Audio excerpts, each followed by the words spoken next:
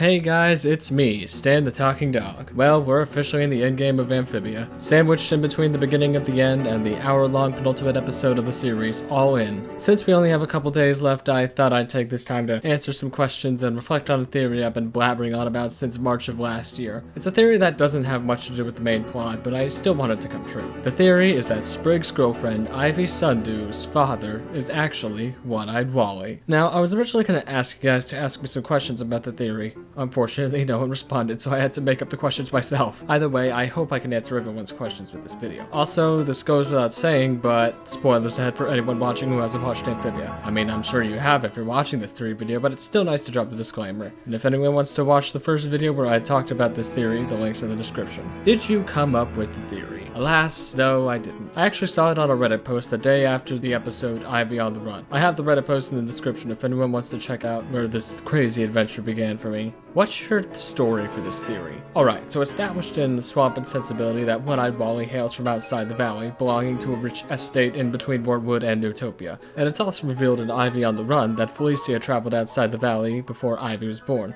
collecting tea and china for her tea shop. So my story is, 10 years before the events of the show, Felicia traveled to Rivendell, Wally's hometown, and met the Honorable Wally of Riverton.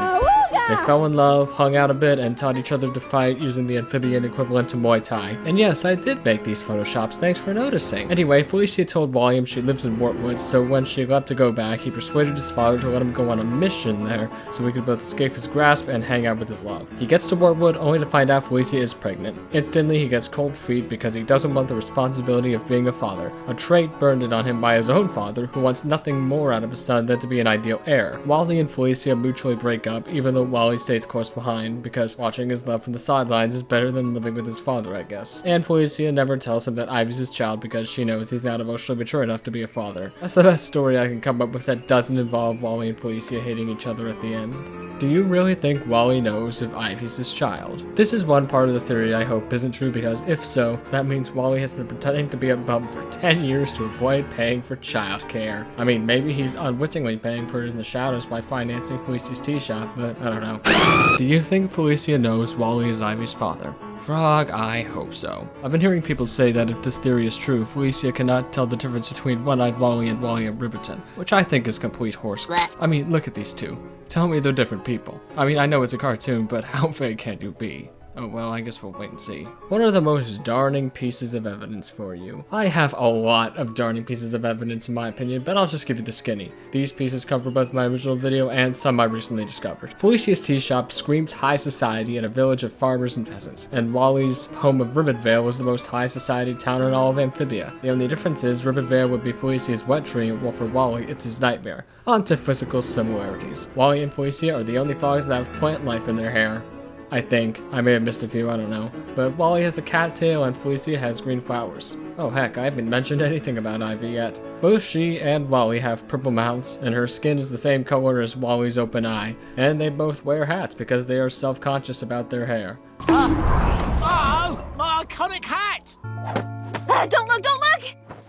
Oh, sorry. Just, I really hate my hair. Also, it took me a while to notice this one, but Wally's scarf is the same color as Felicia and Ivy's hair, albeit toned down a little. Now, story details. In Reunion, Wally gets injured by a toad. Ivy's first instinct is to attack said toad. In Spryvy, in Season 3, Ivy is the only one to point out that Wally's father, who is supporting the resistance with ammo, looks a lot like Wally.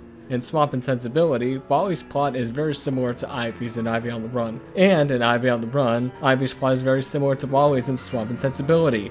Wow! Also, Wally appeared in Ivy's episode for no reason whatsoever. Okay, that was not skinny at all. Anyway, I'll cap off this part with what I believe is the most damning piece of evidence yet. Still can't believe you used to be some kind of world traveler. Oh, no.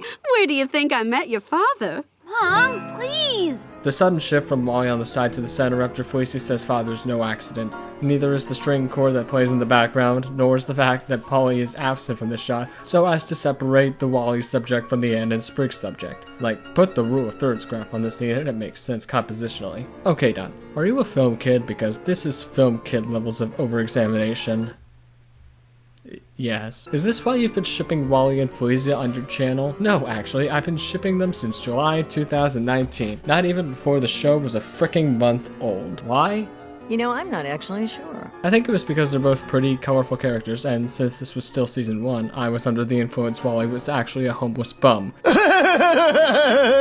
So the thought of the hoity-toity Southern belle getting hitched with the hopeless romantic vagrant was some pretty nice juxtaposition. I remember the very first time I shipped Wally and Felicia in public was my Fresh Prince / Amphibia YouTube poop on August 4th, 2019, when Will Smith caught them in bed together. This video has aged for a variety of reasons. Yo, man, you ever feel like this? I later shipped them in a variety of my videos, including my Nostalgia Critics The Wally YTP, the 7th installment of my YTP series Kid Sauce where they literally get married, and most blatantly in my second Beatles YTP, where John Lennon mistakes them for cooking Paul McCartney and serving him as appetizers in the tea shop, and so they kick him into the basement. Yeah, it's safe to say I've been shipping Walicia from the beginning. And even though I didn't technically make the theory, I think my big contribution is that I came up with the ship name. I like that portmanteau. Anyway, it's one thing to ship two characters, but it's another to ship them with it actually making sense. Before swap and sensibility, they probably would have put me away for shipping Beauty and the Bum.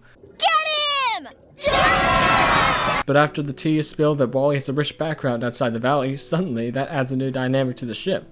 If Felicia was dating Wally, there'd be some financial reason to it because, let's be honest, she's a bit of a gold digger. Then, Ivy on the Run came out, the tea spilled again when it was revealed Felicia traveled outside the valley. Suddenly, things started adding up, and shipping Walicia actually ends up making sense in the long run. If the theory is true, would you want a Wally / Sundews spinoff? Even if it doesn't happen, I would like a small miniseries about Wally, Ivy, and Felicia if the theory ends up being true. Seeing them all be related would definitely be satisfying, but as I mentioned earlier, Wally isn't emotionally mature enough to handle the responsibilities of a father, so a spin-off about him adjusting his life and learning how to be a father since his own dad couldn't teach it would be pretty nice. Not the most thrilling subject for a show, but still what I'd like to see. And if Wally Jr. isn't there, we riot. Do you actually think this theory is true? It's a toss-up, really. For as much evidence as I have, for all I know it could all be coincidences. I am hopeful, however, that the theory is true. Will you be disappointed if the theory doesn't come true? Honestly, yeah. I just said it was a 50-50 chance, but I already collected this much evidence, so it'd be a shame for it all to go to waste. And with like 80 minutes left in the show's entire run, can they even focus on that? I'm hopeful, but anxious. Will the theory coming true or not affect your enjoyment of the final episodes? I've thought about this for a while, and my answer is a resounding no! Well, I do want this theory, which I've worked hard to champion for over a year now, to come true. I know it's not central to the plot, and to be honest, I do want to see an epic final battle with our main characters, which I know I'm getting. If they squeeze the theory in, even for a small throwaway scene, that would be cool. But as is, I'll be fine if we get nothing. This theory does not relate to the main plot. Why do you care? Well, I don't really know. I guess it'd just be nice to be right about something in a show. For once. Besides, it's fun to speculate in headcanon, especially when those headcanons actually make sense in the show's context. Even if the show never does confirm that Wally is Ivy's father, it still makes sense contextually. And so what if this theory doesn't relate to the main plot? I just think it's neat. Anyway, that's all the time we have for today. Be sure to check out all those videos in the description, like and subscribe for more content, Amphibia related or otherwise. And remember, I love you. This man has canonically had sex. Bye!